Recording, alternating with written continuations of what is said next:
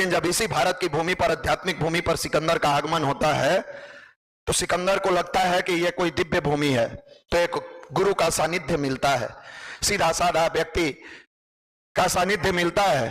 तो सिकंदर पूछता है आपको क्या चाहिए?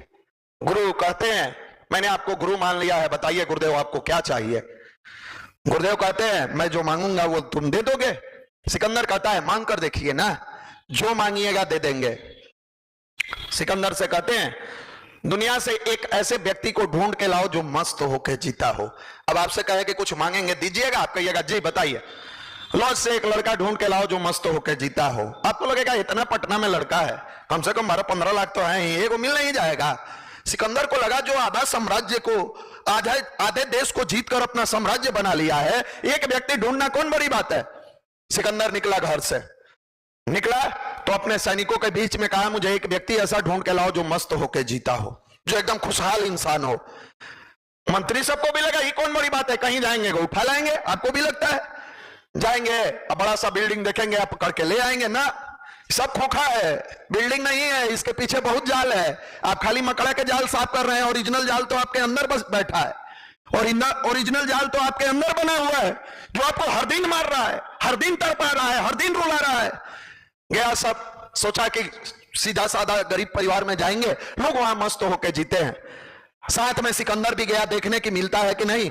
सिकंदर अलग भेष बदल के खड़ा था, वो खोजने गए कि गरीब परिवार में कहीं चैन की रोटी खाने वाले लोग हैं कि नहीं। देखता है सिकंदर माँ, उसके 3 बच्चे हैं, गरीबी का दंश झेल रही है, शाम का समय है, एक रोटी तावे से निकाल के थाली में रखती है, 3 बच्चा झपट्टा मार के उसको खा रहा है। सिकंदर के आंख में उतना क्रूर था फिर भी आंसू आ गया कि भाई इतनी गरीबी है कि एक रोटी 3 बच्चे ले जाते हैं। बड़ा ये लोग तो हम सोचते थे मस्त होकर जीते हैं, लेकिन ये तो कष्ट में जिंदगी काट रहे हैं। सिकंदर वहां से निकला, मध्यम वर्गीय परिवार में गया। ये बात अगर आपको समझ में आ जाएगी तो आपका जीवन सफल है। मध्यम वर्गीय परिवार में जब सिकंदर पहुंचता है तो वहां देखता है कि लोग स्टेटस के चक्कर में कर्ज में डूबे हुए हैं। हमारे आपके परिवार की भी स्थिति यही है। बेटा के शादी है, एक तो भीख मांगते हैं, बाजुओं में दम नहीं है, बेटियों को लूट लिया जाता है, और लाखों घर बर्बाद हुए इस दहेज की बोली में। अर्थी चढ़ी हजारों कन्या बैठ ना पाई डोली में, बहुतों को बर्बाद कर दिया गया। पुरुष का पुरुषत्व तो समाप्त हो जाता है तब कहीं ना कहीं भिखारी बनकर दहेज मांगता है। जिसका पुरुषत्व जागृत है, पुरुषत्व का मतलब कार्य करने की क्षमता जागृत है, वो देने वाला देवता बनता है, लेने वाला भिखारी नहीं बनता है। आज हर घर में बेटे जन्मा के पिता बैठे तो हैं, हो सकता है हमें गालियां देंगे, लेकिन बेटे के जन्म देने के बाद एक व्यापारी बनकर अपने बच्चे के साथ मोल मोलाई करते हैं, अपने बेटे को बेचने के लिए मोल मोलाई करते हैं। कहते हैं नहीं समाज बदल गया। अरे आपने शुरुआत कहां किया कि समाज बदल गया है? 1000 बार हम लोगों ने यहां से कहा नजरें बदली तो नजारे बदल गए, किश्ती ने रुख मोड़ा तो किनारे बदल गए। एक बार नजर तो बदल लेते।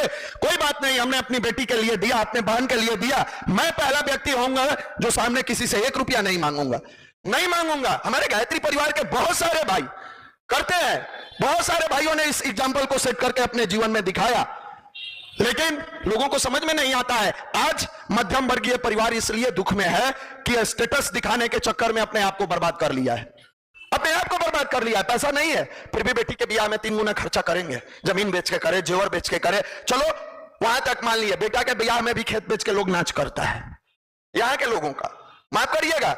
सिकंदर वहां देखा कि ये तो खोखला है, ये तो बालू की रेत पर दीवार बनाए हुए है, कब ढह जाएगा कोई ठिकाना नहीं है। भागा वहां से सिकंदर, सोचा कि इतने सारे राजाओं के बीच से हम आए हैं, कोई ऐसा राजा होगा जो मुस्कुराकर जीता होगा, कोई बड़ा आदमी होगा जो मुस्कुरा। जाके देखता है कि इसका राज्य हम छीन लिए हैं, ये फिराक में है कि जब मौका मिलेगा सिकंदर को ही उलट देंगे। वहां देखा ये तो 100 गुना टेंशन में है। बिल्डिंग वाले के यहां गया, देखा कि अरे बाप, ये तो 20-20 को रूम का कमरा का घर बनाए हुए है, सोफा लगाया है, डिनर सेट है, टेबल है, सोफा सेट है, आईफोन रख ले है, फिर भी टेंशन में जी रहा है, और ज्यादा टेंशन में है। ये इंसान को नोचने पर लगा है कि कहां से नोच ले किसको कि हम धनवान बन जाए। सिकंदर भागते गया, भागते गया, भागते गया। गुरु ने रूप बदल के, सुबह का समय था, ब्रह्म मुहूर्त में बैठ के साधना करने में, सूर्य की प्रकाश ललाट पर पड़ रही थी, और दिव्य तेज लिए हुए वो व्यक्ति एक नदी के किनारे अपने इष्ट, अपने मालिक, अपने गुरु से मिलन कर रहे थे, भाव में डूबे हुए थे। उस संत के मन में एक ही भाव था, न मैं रहूं न मेरी आरजू रहे, बस तू रहे तेरी आरजू रहे। भगवान से कुछ नहीं मांगना, बस तू अपनी कृपा की छाया में मुझे ले लो मालिक। सिकंदर पहुंचा और कंधा पर हाथ रख देता है। एक तो प्रकाश के सामने खड़ा हो गया, दूसरा कंधा पर हाथ रखता है। आंख खोलते हैं, आंख खोल के पूछते हैं तुम कौन हो। अब सिकंदर को लगता है ये तो घोर बेइज्जती है। अब मान लीजिए आपके देश के प्रधानमंत्री आपके कंधा पर हाथ रखे हैं और आप पूछिए आप कौन, तो भाई घोर बेइज्जती है ना। लगता है मुझे नहीं जानते, ये सिकंदर का अहंकार बोल रहा है, मुझे नहीं जानते। भाई आप कौन है जो वो जानेंगे। बोले तुम हो कौन। मैं सम्राट सिकंदर। मनुष्य की एक आदत है, अपने नाम के परिचय के पहले प्रीफिक्स लगाता है। हम रीजनिंग वाले निशान सर, अहंकार है ये। हम व्यक्ति हैं ना जी, रीजनिंग मैथ इंग्लिश जीएस बाद में आया। अब वो सम्राट सिकंदर पूछे काहे का सम्राट। अरे हमको आप नहीं जानते, मैंने पूरी दुनिया को जीत लिया है। बोले उससे हमको कोई मतलब नहीं है, हट सामने से। तुम मुझे कुछ दे सकता है। बोले गुरु। बोले हाँ। बोले हमारे और हमारे मालिक के बीच में जो खड़ा हो तुम रास्ते दे दो। बोला मालिक हाँ, वो जो प्रकाश की दिव्य किरणें आ रही है, हम ध्यान में बैठे हैं, इसके बीच में तुम आके खड़ा हो। बस इतना सा काम करो कि मेरे निगाहों के सामने से तुम हट जाओ, हमें ध्यान करने दो। सिकंदर का दिमाग और चकराया कि सुन रहा है सम्राट सिकंदर आधा विश्व जीत लिए हैं, फिर भी कैसा आदमी है, इसको तो हमसे मांगना चाहिए। सोना के पालकी दे दो, महल दे दो। ये मांग भी रहा है तो कह रहा है आगे से हटो, प्रकाश की किरणें को आने दो। फिर कहता है आप हमारे बारे में नहीं जानते हैं, मैं पूरी दुनिया जीत लूंगा, पूरी दुनिया को जीतूंगा। पूछते हैं अच्छा सुन सिकंदर, तू दुनिया जीत कर करेगा क्या। कहा इसके बाद दुनिया का सबसे बड़ा अर्थ कोष बनाऊंगा, खूब माल कमा के बैंक बैलेंस करिएगा। बोले अच्छा बात बता इसके बाद तू क्या करेगा। कहा इसके बाद विश्व का सबसे बड़ा, दुनिया का सबसे बड़ा सैन्य बल बनाऊंगा। सैन्य बल मतलब फॉर्चूनर, 5 गो गार्ड। अच्छा हार्ट अटैक होगा तो गार्ड काम में आएगा, क्या दिखावा करूंगा। बोले चल ये भी हो गया थोड़ा देर के लिए, और क्या करूंगा, दुनिया में खूबसूरत एक दुनिया अपनी बनाऊंगा। बोले चल ये भी हो गया तेरे साथ, इसके बाद क्या करोगे। कहा तब मैं मस्त होके जीऊंगा, खूब मस्त होके जिएंगे।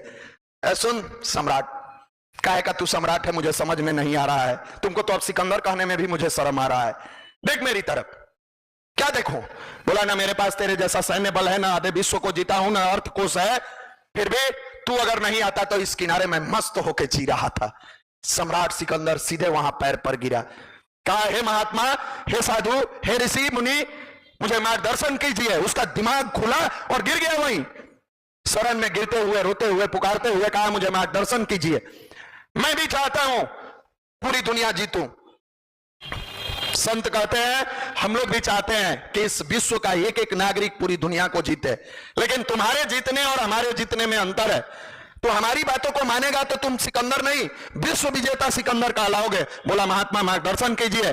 कहे अगर दुनिया को जीतना है तो लोगों को तड़पाने और रुलाने की जरूरत नहीं है, दुनिया को जीतना है तो पैसा बनाने की जरूरत नहीं है, दुनिया को जीतना है तो किसी की हत्या करके और उसके साम्राज्य को हड़पने की जरूरत नहीं है।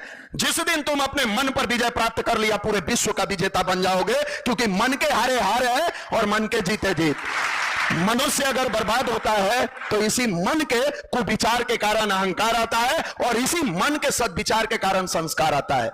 जब कुविचार आता है तो रत्नाकर जैसा व्यक्ति, जब संस्कार आता है तो रत्न